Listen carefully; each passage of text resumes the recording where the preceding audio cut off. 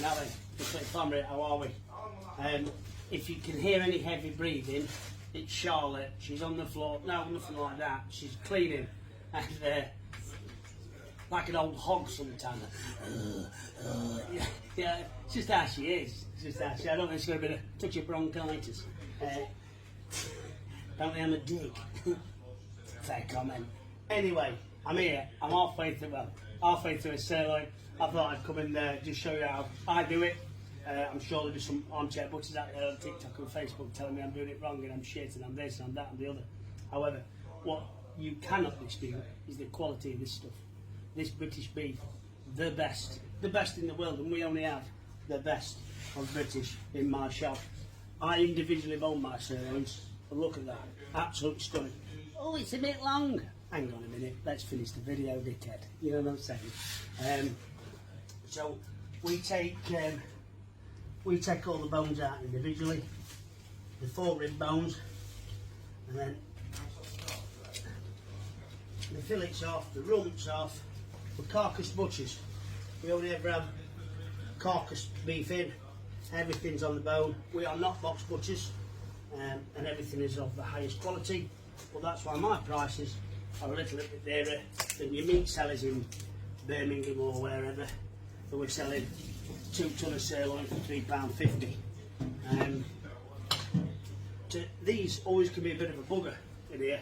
The bones sort of interlock, so I just use my cleaver and split them in between the vertebrae. And this animal came out of, we only have heifers. This heifer came out of Baker Market about 4 weeks ago now. A little bit on the fat side, let's say that, but a fat, happy heifer is always going to eat well. So I'll take these out here.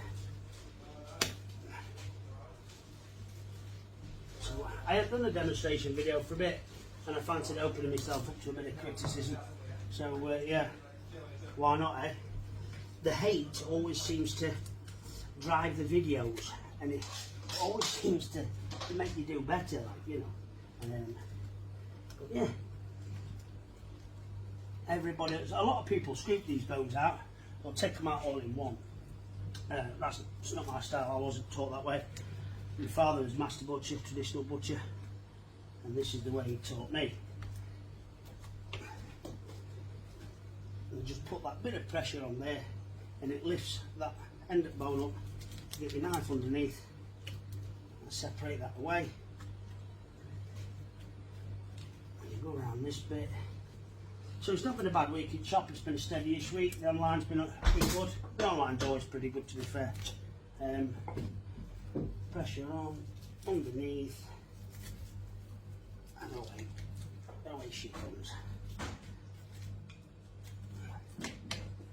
Yeah, the online's busy. We like busy.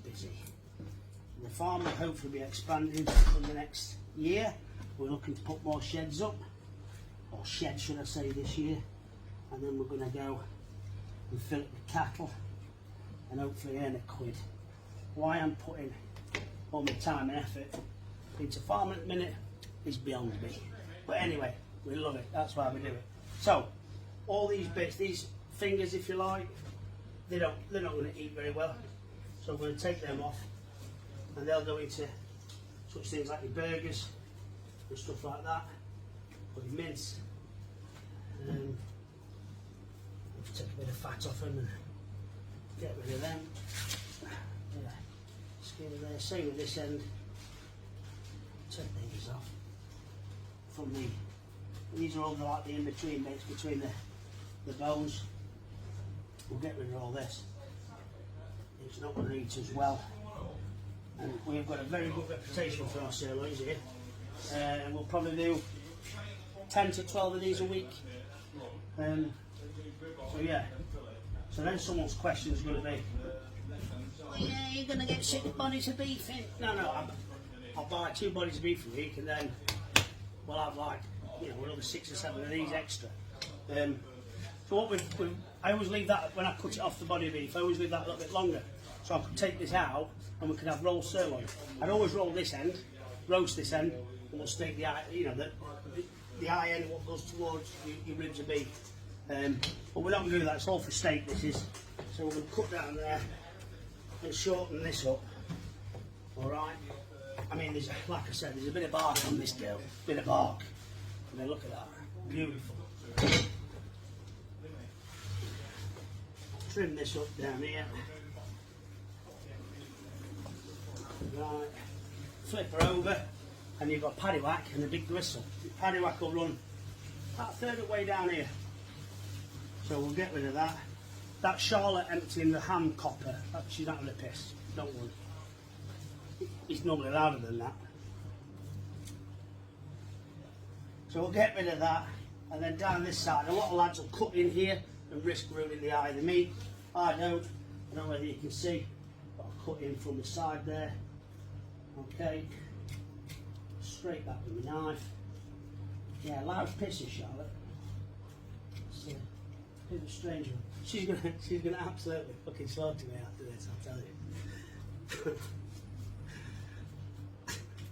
Not that I have a habit of listening to people piss, but anyway, we'll get off that subject. So we've got a sirloin there, look. So we crack into it and see what she looks like. Let's have a steak off this. Let's have a steak for us too. Hey, look at that. Absolutely beautiful. That's a limousine cross, sirloin steak, butchered by yours truly. Absolutely stunning. The best of British, that's what that is, and that's all we have in our shop. British, British, British. Supporting British farming, British agriculture as a whole, and that is stunning. I'll see you.